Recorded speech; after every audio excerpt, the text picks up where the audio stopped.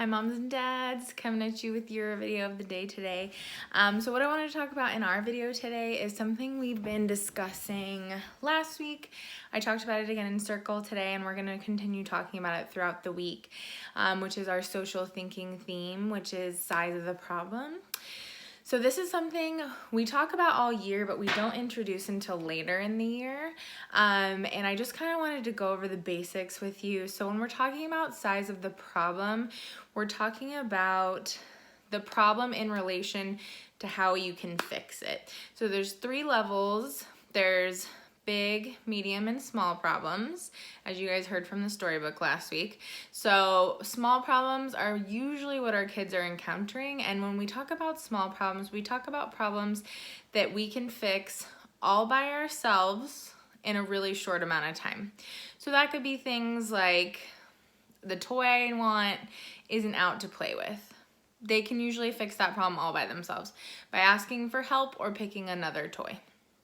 Medium problems are problems that they need a little bit of help with, and it might take a little bit longer to fix. So that might be something like their toy breaks, or they need help with their art project because they can't do something by themselves, things like that. So that's a medium-sized problem.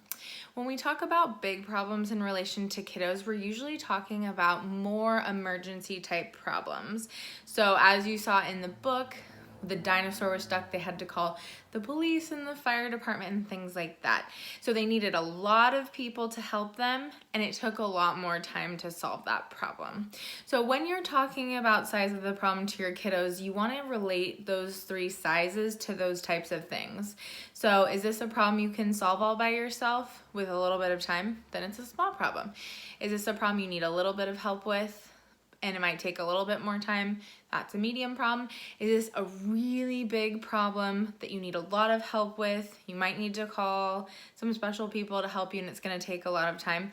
Those are going to be our big problems. So when you're talking about that with your kiddos and helping them understand the difference, that's kind of how you want to relate it.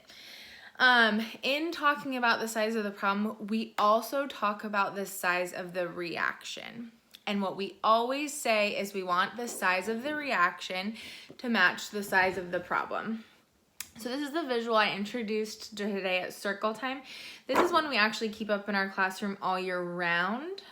And it gives not only a visual to help them remember to solve the problem, it also talks about them being flexible and choices that they can make and use if they need a problem and they need to help or they need to solve it. So this is something I talked about today. So again, we have our small, medium, and big problems. And like I said, we're also talking about size of the reaction. So we want the child's reaction to match the size of the problem. So obviously, if it's a small problem, they should have a small reaction. Shouldn't really be any adverse things happening. Maybe they look a little distressed, but they're keeping pretty calm. Medium problem, maybe they're a little bit more distressed. Big problem, you might see some of those really big reactions. Might be some crying involved possibly, especially if they get hurt.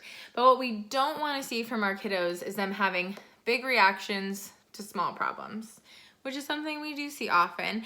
And we use that specific language when we're seeing that from kiddos.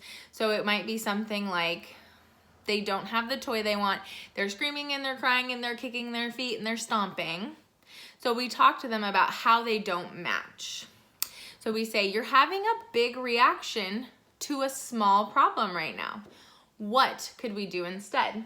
This visual is really nice because it gives us some options to show them, from them to pick from. Like maybe they need to take a break. Maybe they need to ask for help if their toy's not out that they want. They can take deep breaths. They can try something or try it a new way. So this is a nice visual, especially if our kiddos are having big reactions to small problems. So this is a visual I'm going to try to post for you guys so you can print it if you want, or you can always just pull it up on the app. Don't forget, I'll open that Zoom meeting this afternoon at 1 o'clock. If you want to pop on and you want to talk more about this, you want to talk about any of the other strategies that we've been working on, you want to talk about anything else that your kiddos are encountering, you want to talk about any of the work we've been posting, that's a great time to do it. So that will be from 1 to 1:30. So don't forget about that. And if not, I will see you guys soon.